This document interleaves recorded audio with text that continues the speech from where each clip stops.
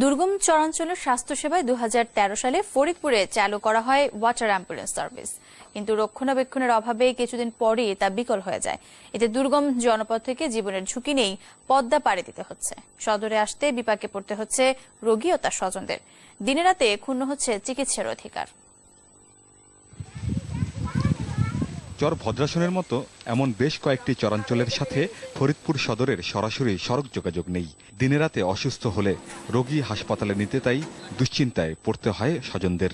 কেননা উত্তাল পদ্মা পাড়ি দিতে চরবাসীর জন্য ছোট ছোট নৌযানি ভরসা। শহরে আমাদের উপজেলা স্বাস্থ্য কমপ্লেক্সে আসতে হলে একটা নৌকা ভাড়া করে আসতে আসতে একটা রোগী মারাও যেতে পারে।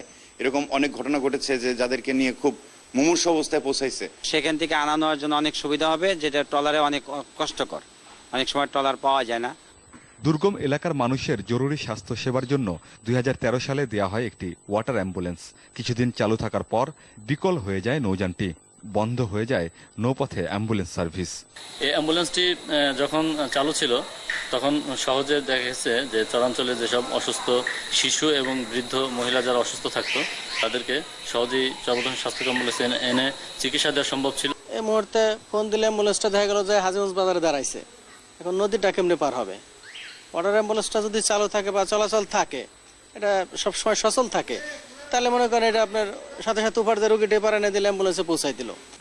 চরাঞ্চলের মানুষের জন্য ওয়াটার অ্যাম্বুলেন্স সার্ভিস পুনরায় চালু করার বিষয়টি প্রক্রিয়াধীন বলে জানিয়েছেন উপজেলা স্বাস্থ্য কর্মকর্তা।